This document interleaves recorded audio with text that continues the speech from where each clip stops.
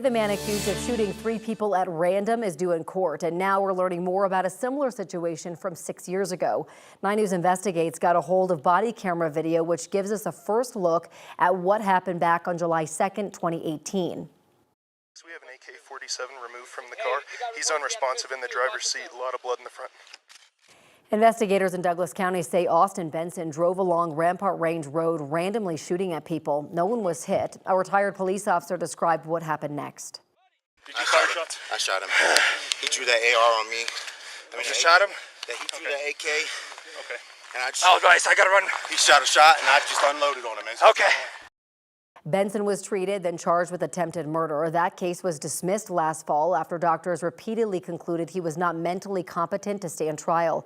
As for the Aurora case, the 3 people he's accused of shooting last month all survived, but one of them had life-threatening injuries. His hearing is set for 9 o'clock this morning in Arapahoe County. Also today, a man from Glenwood Springs accused of sexually assaulting at least 3 minors is set to be arraigned today. Jesus Mejia was arrested back in May of 2023. Investigators say that someone reported the assaults to police, saying they went all the way back to 2014. Police say that Mejia was in a position of trust, but didn't say how he might have known any of the victims. At last check, police say there could still be more victims they have not heard from. Mejia is due in court at 1:30 this afternoon in Garfield County. 47% of domestic violence survivors will delay leaving their abusers if they can't take their pet with them. That is according to the Safe House Progressive Alliance for Nonviolence, or SPAN. 9 News reporter Courtney Yoon joins us live now in Boulder. And Courtney, they're making their shelter pet friendly, which can be life-changing for survivors. That's right. Good morning, Jordan and Corey. Boulder and Broomfield counties are reporting higher rates of domestic violence than the rest of Colorado and the United States. The guilt of leaving behind a pet with their abuser or having to surrender their animal can often be enough to prevent a survivor from escaping violence. It's why SPAN has wanted to convert their shelter to be pet friendly for a while now. They're getting help from the national nonprofit Greater Good Charities, who's doing the work and providing $160,000 worth of funding to build the project. 7 of their 9 rooms will be converted to allow pets. 2 will be left for those with allergies. They're building cubbies for cats and will have an outdoor space for dogs. All of that will be completed in the next couple of weeks. Brenda Sarmiento with SPAN says each day they get calls from survivors needing help. She says she's glad to be able to extend their services now and to also help promote the healing bond between animals and humans. I have an apartment, I have a job, my kids are safe, I'm safe, and to see this change is what motivates us every single day to walk into this building every single day and do what we do. SPAN has both English and Spanish advocates who can help you if you need support and services right now. You can call that number on your screen. It's 303-444-2424 if you are in need of help and you're a domestic violence survivor. SPAN also offers housing, shelter. They'll give you legal services, help you get connected to that, as well as mental health counseling. Donations help sustain all of the programs that they do. If you would like to help them out, you could head to their website, which is safehousealliance.org. Live in Boulder, Courtney Yoon, 9 News. It's going to be a really big game changer when it comes to creating those safe spaces for anybody who is a victim of domestic violence. Courtney, we appreciate your reporting this morning. Thank you. Today is the last day of the Republican National Convention, and tonight we're going to hear former President Donald Trump speak. It'll be the first public speech since the shooting at his rally over the weekend. Trump has already clinched the party's nomination, so tonight he'll officially accept it. He reportedly rewrote tonight's speech to focus more on unity after the assassination attempt. Ohio Senator J.D. Vance has officially accepted the party's nomination to be vice president. Vance was the keynote speaker at the RNC last night. Vance initially was a big critic of Trump, but changed his tone after being elected to the Senate in 2022. Now he aligns with Trump on almost everything, including the false claims of a stolen election. He's known for his strong anti-abortion views. Democrats call him a MAGA extremist, but last night Vance called for some unity.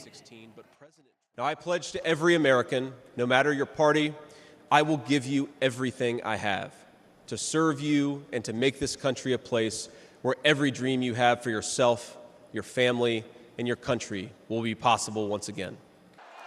Vance is a former Marine. He is the first veteran on a major party's ticket since John McCain ran for president in 2008. This morning, we're learning more about the man who shot Trump and had searched for information about the RNC and the DNC along with other rallies. CNN is reporting those searches date back to the spring. Police close to the investigation also tell CNN the shooter had photos of both Donald Trump and President Joe Biden on his phone. Two lawmakers who were briefed on the shooting say he had visited the site of Trump's rally twice before it started on Saturday. Investigators still don't know what his motive was. So far, lawmakers say the FBI has not found any political or ideological information about him in his home. A new poll shows about 2/3 of Democrats want President Biden to drop out of the race. This is the latest sign that he is losing some support. Yesterday, Congressman Adam Schiff from California joined the calls for Biden to step aside. He is the most prominent Democrat to do so, but Biden says he is committed to staying in the race. The Democratic National Committee is still moving forward with the formal vote in early August. That's set to happen before the convention starts on August 19th. Right now, President Biden is at his home in Delaware isolating with COVID. He tested positive yesterday while campaigning in Las Vegas. The administration says Biden has mild upper respiratory symptoms and he's already had his first dose of Paxlovid. New this morning, police in Colorado Springs say that they are waiting for a man to wake up from a coma so they can arrest him. Lennon Duncan is charged with assaulting hospital staff, but his mom says it was really out of his control. Lennon had a stroke in 2017 and has had seizures daily since then. Last week, she says she brought him to UC Memorial North for a brain scan. The staff restrained him for it. Then she says what happened next is where the problem started. Lennon had spit and made a motion to try to strike back.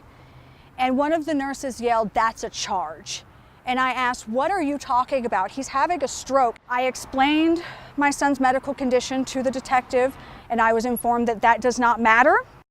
She says they kicked her out of the room, then sent Lennon home. Later that night, she took him to UC Memorial Central and learned he had swelling around his brain. He hasn't been conscious since. Lennon is now facing 3 counts of felony assault, but nothing else can happen until he wakes up. And a quick check at that forecast for today. Highs of the low 90s for us here in Denver. We do have some isolated storms during the afternoon, but we'll have less coverage in the metro area compared to the last few days. That's because we're going to get some downsloping winds coming off of the Rockies, but still 1 or 2 storms possible for us. I'd put it at about a 20 or 30% chance for a storm in the metro area, which means most of you probably stay dry for today. Quick downpour, gusty winds, your main impacts from any storm that you end up with later on today. Erica? Chris, thank you so much. Right now it is 6:10 on your Thursday morning, and we want to get you straight back out to the crash we're following. Sky 9 is over right now. This is along Steel Street, just over I-70 this morning. And as I've been watching the scene, it looks like these were the 2 vehicles involved in the crash. They both have damage. It looks like side airbags deployed on this vehicle, and then it hit the concrete wall and probably spun out just to get out of the way. This one has some front end damage, this vehicle as well. And then we're dealing with a lot of debris in the road. So we have police and emergency crews still kind of blocking off that area. Folks are able to travel straight and get right on to I-70, so that is good. But there is a partial closure of Steel Street this morning, so something just to watch out for. If both of these vehicles need to be towed out of the way when the tow trucks come on, we're going to be dealing with continued lane closure, so something to keep in mind and an area to avoid right now.